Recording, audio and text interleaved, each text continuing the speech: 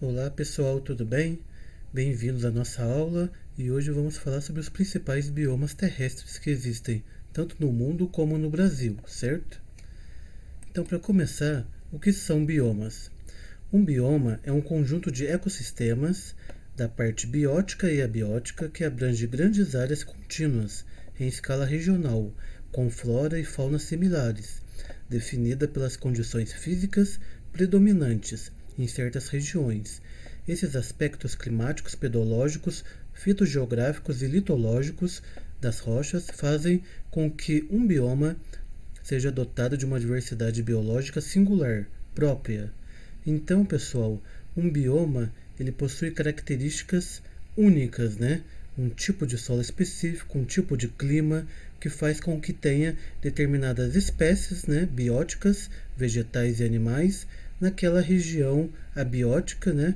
Uma região com um clima, um solo específico que define uma característica daquele bioma naquela região, certo? Então vamos ver aqui alguns exemplos agora. Então eu vou começar pela tundra. A tundra é um bioma onde o solo permanentemente congelado, chamado também de permafrost, e um verão bem curto, baixíssima biodiversidade. Tem essa baixa biodiversidade por causa do clima que é bem frio nessa região. Ah, professor, onde fica a tundra? Então vamos mostrar aqui para vocês. Então a tundra, se você olhar aqui neste mapa, de cor azul, né, fica bem no Polo Norte, no norte aqui do Canadá, norte da Rússia, em baixas latitudes. Então tem algumas espécies aqui, né, de músculos, líquens, e que são adaptados a esta região de clima frio, né? Então é um exemplo de tundra aqui, com baixa biodiversidade. Alguns animais aqui da tundra, né, como exemplos, o urso polar e outras espécies. Agora eu falo sobre a taiga, que é também conhecida como floresta boreal e localizada em regiões de clima frio também.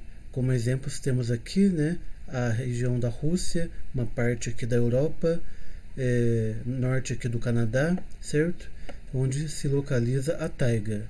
Alguns exemplos de floresta de coníferas, bem caracterizado por esta vegetação, né, homogênea, que é a taiga de baixa biodiversidade também.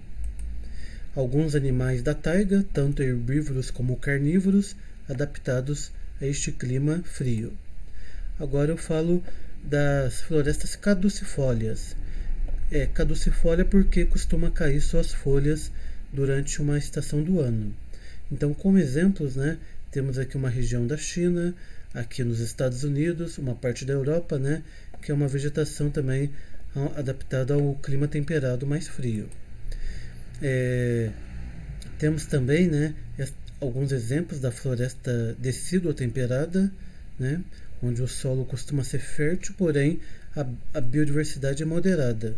Não costuma ser tão alta porque não é todas as espécies que se adaptam a esse tipo de clima. Alguns animais da floresta decídua. E agora vamos falar um pouco sobre a floresta pluvial, que vocês podem ver aqui, ficam geralmente próximos à linha do Equador, na América do Sul, na África e aqui na região da Ásia, na parte sul.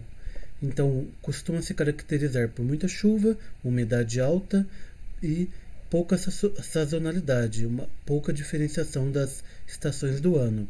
O verão é muito quente e as árvores são perenes, ou seja, não costuma cair tantas folhas assim, né, como as outras florestas que eu dei o exemplo. Como exemplo, cipós, né, epífitas e no andar médio o solo é pobre e moderadamente fértil. Porém, a biodiversidade é altíssima por causa da umidade alta, né, da chuva constante e das altas temperaturas também que contribuem para maior biodiversidade.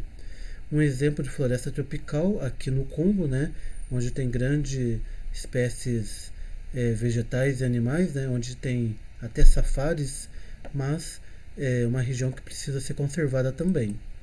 Aqui outro exemplo de floresta pluvial no sudeste asiático, na Tailândia, Malásia, Laos, então é uma região rica em grandes florestas também.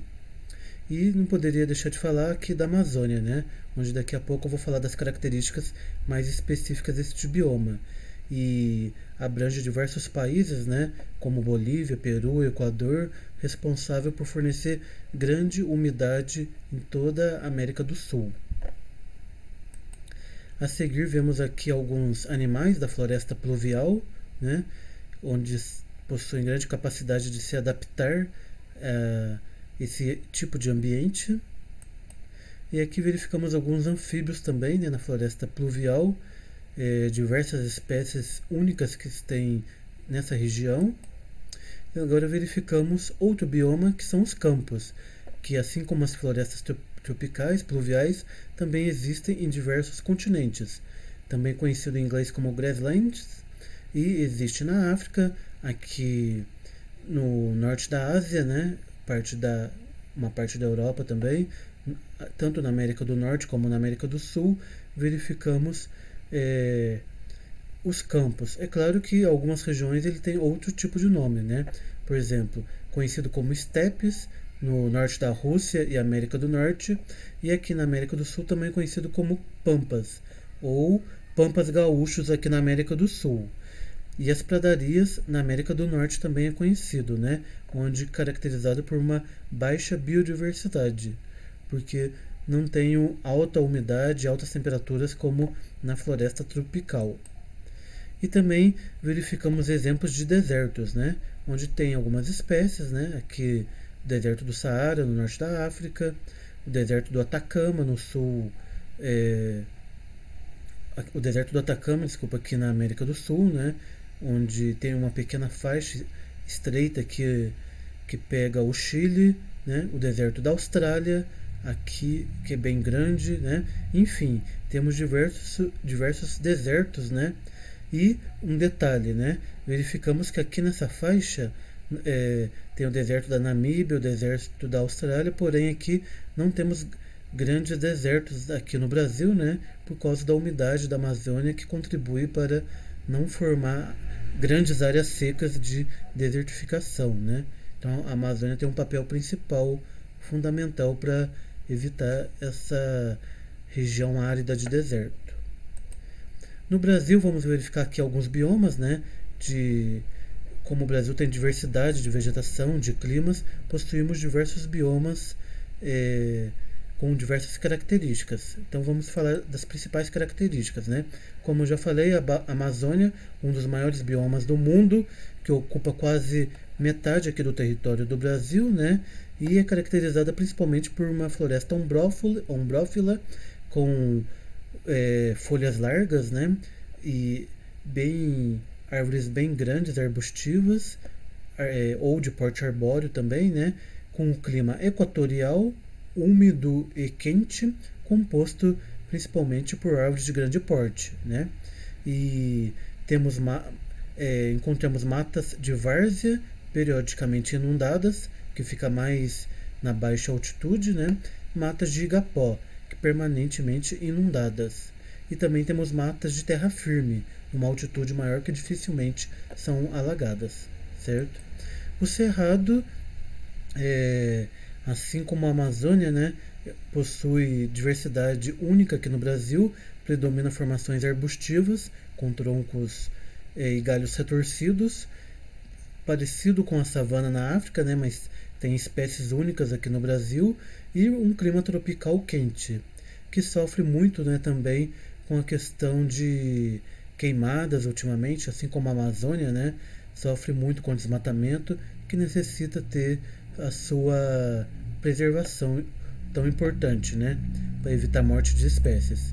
A Mata Atlântica, um complexo que apenas 10% existe hoje no Brasil, né, 11%, e seu principal tipo de vegetação é a floresta ombrófila densa de clima tropical, né? Aqui verificamos no mapa verde claro o que tinha antigamente e de verde escuro o que restou, que é bem pouco desta floresta tão importante para o homem, mas com o crescimento exagerado de cidades e indústrias foi sendo muito devastado. Temos o bioma da Caatinga, né, aqui na região Nordeste, que é um bioma muito importante que possui diversas espécies também. A caatinga é exclusivamente brasileira, né? Só o território brasileiro tem esse bioma, em torno de 11, 10% também no Brasil, né? Ela teve diversos impactos, mas tem grande riqueza de ambientes e espécies.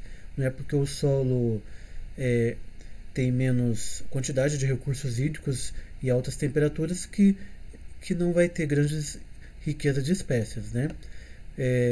Então a seca, a luminosidade e o calor característico dessa área tropical, resultando numa vegetação espinhosa e decídua, com poucas folhas, né, que caem em uma determinada época.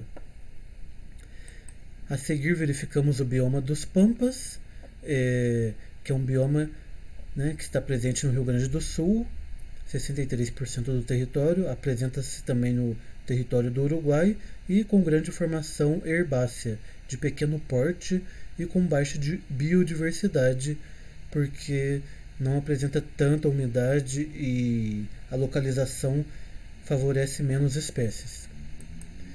O Pantanal, um importante bioma do Brasil, né, constituído principalmente por vegetação alagada, em sua maior parte, que tem o período chuvoso, onde alaga grandes áreas, né, que dificulta até a entrada de turistas na região. Lembrando que tem que ser sempre um turismo sustentável, né? E ele é muito afetado pelos longos períodos de estiagem e queimadas, que infelizmente contribuem para a morte de diversas espécies que correm até o risco de extinção neste bioma tão importante do Brasil, que faz fronteira aqui com outros países também. Aqui tem alguns exemplos de aves do Pantanal, né? E que são importantes para serem preservadas. E aqui, para finalizarmos, né, tem um gráfico de temperatura e chuvas nos biomas. Então o que aprendemos nesse gráfico aqui? Quanto maior a temperatura e maior a quantidade de precipitação anual de chuvas, maior é a biodiversidade. Como, por exemplo, o bioma tropical, né, floresta tropical, floresta temperada quente ou floresta equatorial, fica nessa faixa aqui, certo? E o contrário também é verdadeiro, né? Quanto menor a temperatura e menor a chuva, a precipitação, menor vai ser a quantidade de biodiversidade, de espécies animais e vegetais. Como exemplo, temos aqui a tundra, né? A taiga, que comentamos aqui nesta aula. Então espero que vocês tenham aprendido, né, a grande diversidade de biomas que temos no mundo e principalmente no Brasil e suas principais características, certo? Então, e que necessitam de grande olhar, né, para conservar e preservar essas espécies para que não sejam extintas a longo prazo e pequeno prazo também, né? Obrigado e até a próxima, pessoal.